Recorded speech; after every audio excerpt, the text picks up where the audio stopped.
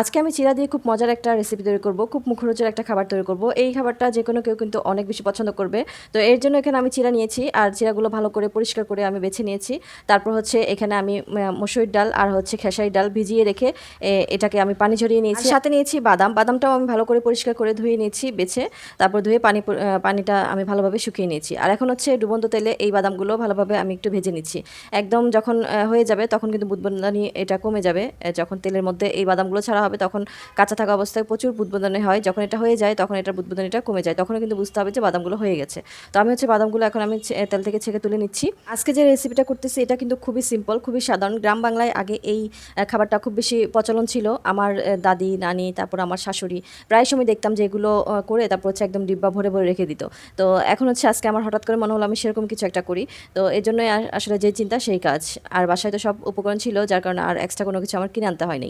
তো যাই হোক, এখানে হচ্ছে আমার সবগুলো বাদাম ভাজা হয়ে গেছে। তো বাদামগুলো তেল থেকে তুলতে আমার অনেকটা কষ্ট হচ্ছিল, একটা একটা করে রয়ে যাচ্ছিল। তো আমি চিন্তা করলাম এই ছাঁকনিটা দিয়েই, কেননা এই ডাল আর চিড়াগুলো ভেজে তুলে নিই, এটা দিলে আর কি সুবিধা হয় ভাজতে।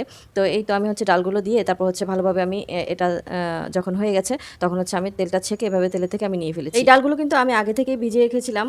ভিজিয়ে রেখে যখন এটা ফুলে উঠেছে তখন হচ্ছে এটাকে ভালোভাবে পরিষ্কার করে আমি এটা পানি ঝরিয়ে নিচ্ছি, একদম ভালোভাবে শুকিয়ে নিচ্ছি। নয়তো তেলের দেওয়ার সাথে সাথেই তেলের মধ্যে ছিটা পড়বে, তেলটা ছিটকে আসবে। এই কারণে হচ্ছে পানিটা ভালোভাবে ঝরিয়ে নিতে হবে। ডাল কিন্তু ধুয়ে কিছুক্ষণ রাখলে এমনিতেই পানি শুকিয়ে যায়, তো সেরকম আর কি ঝরঝরে করে নিয়েছি একদম। পানিটা যখন শুকিয়ে একদম ঝরঝরে হয়ে গেছে তখনই হচ্ছে এটাকে আমি রেডি করেছি এরকম তেলের মধ্যে ভাজার জন্য। আর পানি সহ দিলে একদম সব পানি গায়ের মধ্যে ছিটা এসে পড়বে, তো সেদিকটা কিন্তু অবশ্যই খেয়াল রাখতে হবে। তো যাই হোক, আমার হচ্ছে সবগুলো ডাল ভাজা হয়ে গেছে। আর এখন হচ্ছে আমি চিড়াগুলো ভেজে নিব। চিড়াগুলো ভাজা কিন্তু খুবই সহজ, এগুলো দেওয়ার সাথে সাথে দুই এক সেকেন্ডের মধ্যেই এই চিড়াটা হয়ে যায়, খুব একটা বেশি সময় লাগে না। এগুলো আমি বারবার দিয়েছি আর তুলেছি, জাস্ট একটু তেলে ছাড়ার সাথে সাথে এটা ফুলে উঠেছে আর সাদা হয়ে গেছে, তখনই হচ্ছে এটাকে আমি তুলে নিয়েছি। আর এভাবে করে আমি সবগুলো ভেজে নিয়েছি। চিড়া সব ভাজার পর এখন আমি গরম গরম যেই চিড়া, ডাল, তারপর হচ্ছে বাদাম যেগুলো আমি ভেজেছি সবগুলো একসাথে মিক্স করে নিচ্ছি। এগুলো এখনও গরম, হাত দিয়ে এটাকে ধরা যাচ্ছে না। তো এই অবস্থায় হচ্ছে মশলাগুলো ইউজ করতে হবে। এখানে কিন্তু মশলা ইউজ না করলেও চলে, তবে মশলাটা ইউজ করলে আমার কাছে বেশি টেস্টি মনে হয়, এই কারণে আমি মশলাটা অ্যাড করেছি। এখানে আমি ম্যাগির যে ম্যাজিক মশলা আছে সেটা দিয়েছি 2 প্যাকেট, দিয়েছি গুঁড়া মরিচ আর হচ্ছে লবণ। এগুলো দিয়ে আমি হচ্ছে ভালোভাবে মিক্স করে নিয়েছি। আমি কিন্তু 2 রকম লবণ দিয়েছি, একটা হচ্ছে সাদা লবণ আর একটা হচ্ছে বিট লবণ, দুটোটাই দিয়েছি। দিয়ে ভালোভাবে আমি এটা মিশিয়ে নিচ্ছি, একদম উল্টিয়ে পাল্টিয়ে ভালোভাবে এটাকে মিশিয়ে নিয়ে তারপর হচ্ছে রেডি করতে হবে।